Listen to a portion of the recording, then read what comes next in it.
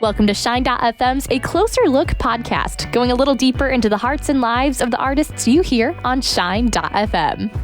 Where are you guys at? We are in Nashville, actually. Okay. We're meant to be in Ireland, but they won't allow us to go home. Oh, wow. So here we are. Yeah. So then, wait, are you do you usually live in Ireland or you usually live in Nashville? It's a difficult question to ask. We normally live in Ireland May to September. Okay. And then we're in the US normally September to November, and then January to... It's complicated. Who knows? Who knows where we live, Megan, to be honest? Well, I would try to say something really super positive, and I don't know how to... I don't know how to answer that. We've got enough positive. We're doing well. How are you doing? I'm doing well too. I graduated it was my senior year of college. So trying to finish all that out at the beginning of May. We're past that now. So I'm able to relax quite a bit more than I was. Did you have to do that all then remotely? Yes. Cause my university had a spring break. And it was right at the end of spring break when they said, we're going to not have this next week of classes. And so it was an extended spring break. And it was during that time they said, we're just not coming back to campus at all. So yeah, I'm here. I mean, our station's in Bourbonnais, but I'm living with my family about an hour away doing the show completely from home. So it's been quite an adjustment. I'm sure it has. Yeah. Also, though, it's probably there's advantages and disadvantages, right? Oh yeah. So now that you're at home, Nashville home, yes. What have you been doing during this time? Are you guys writing songs? Are you just enjoying this time with family, or what have you guys been up to? Well, I think, first of all, we were meant to be doing a world tour, and of course everybody's tours get cancelled. And it was interesting. We really felt like early on, the last show that we played, which we didn't know was our last show, we really felt God saying, hey, this isn't time off. People still need ministered to. You guys still need to do what you're called to do and just need to be flexible. So we started a thing called the Socially Distant Worship Club. Okay. Which we've been doing once a week. The first week we did it, we had over 500,000 people tune in, which is bonkers. Now, those numbers have gone down because it was the first week. Nobody was on. The way everybody's doing an Instagram live or something nowadays. Mm-hmm. This is the first few weeks, nobody was doing anything. And so the impact has been really beneficial. We've been doing it every week consistently the whole time, because I guess for us, worship isn't something you can turn on or off, but it's something you do no matter what the circumstances are. And we've always felt like we're a ministry called to lead people into the presence of God.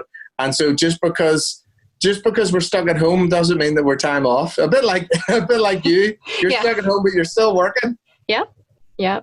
All right. So I Choose to Worship. Love your song. It's so good. When you guys are writing this song, what inspired it? What's the story behind it? What led up to it? Yeah, we were actually writing an album about revival, and we had finished it. We've been praying for revival in Ireland. We went round and did a whole tour of Ireland, playing in different places. And so the album was meant to be that until, I think, October last year. This song, it really felt like God impressed upon us about worshiping in difficult circumstances. And this song just kind of came out of that. There's been a couple of personal struggles within the team and some things that have really led us to a point of crisis. And we ended up writing this song, and then we felt God was saying, I want an album of this. I want this to be the focus of the album. So we changed everything and we renamed the album after the song.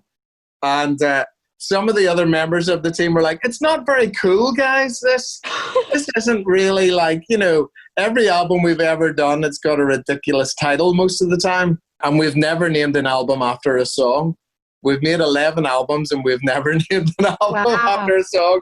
So it was a bit of a transition, but we really felt this is what God's calling us to do. This is the right thing. And little did we know that it would release bang at the start of lockdown and uncertain times. So I think a couple of weeks also, we were in Nashville, and I don't know if you heard about the tornado that came through, but that basically destroyed our whole street and neighborhood. Our house was somehow fine, except we got a tree, someone's tree had landed in. But it was, our whole neighborhood's devastated. And I think just the song coming out of those moments has been really, really good. It's interesting also, my family back at home, like my mom and dad, both got the virus, have both been really sick, and I've been up, awake at night and, praying and being anxious. And this has kind of become like the song for me personally as well. Wow, that's incredible. So for someone, since you've held this song now as an anthem, for someone who's really struggling to sing these lyrics, how would you encourage them? Totally. Well, the thing is, within the song, there is the room for, I think a lot of times in worship music and church music, we don't give room for doubt. We don't allow people to sing from the struggle. And so what we've tried to do is, within the verses, we've created a lot of honesty. When my soul is unraveling, moments like that, we don't ask people to be perfect. God doesn't ask people to pretend. He wants real, authentic relationship and communication. So within that, we've tried to add the elements of going, hey, doubting, struggling, that's where we are.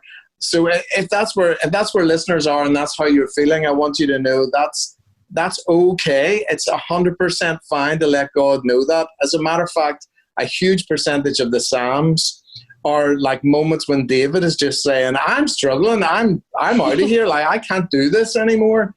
And it frustrated us that there were so many songs that would say, we've got the victory, but without saying, but we're coming from a place potentially of defeat. There's a line in the chorus that says, in the valley you're worthy, you're good when life is not. Oh, yeah. And it's okay. You see, worship was never meant to come from a place of life being good, meant to come from a place of a choice, because God is still good when our circumstances aren't. And that's really a hard place to sing from. But I just encourage people that when we stand in defiance against the darkness, when we raise up a song that says, when the enemy says I'm done, I'll lift my praises. You know, that moment where you just stand up and you say, no, this is who my God is. And I may not feel it right now, but this is who he is. That's so good. That's so good. Have you sung this at any events before? How have you seen its response? Would you believe the last concert was the first time we played it? Really? And I saw cameras around the room and I said to them, hey, can you just turn your cameras on? And let's video it. So it ended up, and I didn't know it was the last concert, so it ended up that we shot it. We got a live video of it that's on YouTube, which wouldn't have happened a day later. You know, that was the end. Yeah. But the song really connected that night. We've been leading it a lot, like acoustically. So many people have been sending in stories, and I'm grateful for, I guess, you know, it's a timely song for the moment, and nothing to do with us thinking about being smart or trying to be, you know, sometimes we can manipulate situations to make our songs more important or whatever it is. You know, we can use things and say, oh, well, you know, but this is something that we never tried to do. We never thought about it. It wasn't a strategy. It just came out of it. So it's been really encouraging to see people's responses. So what does life look like post-quarantine? I mean, when things are lifted, are you still going through with potentially the rest of the world tour, or what are things looking like? Woo. Big question. Yeah, I know. Well, we were at the start of the year, we were in Australia and New Zealand, and the Wuhan sort of virus and all the news started coming out. And we were meant to be going to the Philippines to lead a concert. And then we had to fly through China to get there. And we were like, no, we're not going. And we didn't know it was going to be such a big deal. We thought, I remember at the time saying, I think the Southern Hemisphere is broken. Let's, you know, and let's get out of here. And then when it all spread here, we just canceled what was going on. I think we're just moving everything to 2021. Okay. Gotcha. I think that's the plan, and hopefully we'll be able to do it then. Let's hope so. Right. Well, thank you so much for doing this today. I was just so excited. I love your song, so I'm really excited for because we've been playing it and excited for people to really, really hear it. So awesome. Well, thank you. And just so you know, I know you're in your house there, and you probably feel isolated and all those things, but you are bringing a message that we can't bring right now, because of radio and because of all of that. Like, we can't play any concerts, we can't go out and do stuff, but you are the heroes at the front line, bringing the message and bringing hope and bringing good news. And we love you guys and appreciate you. Thanks for listening to A Closer Look. For more content like this, subscribe to the Shine.fm podcast channel from Olivet Nazarene University.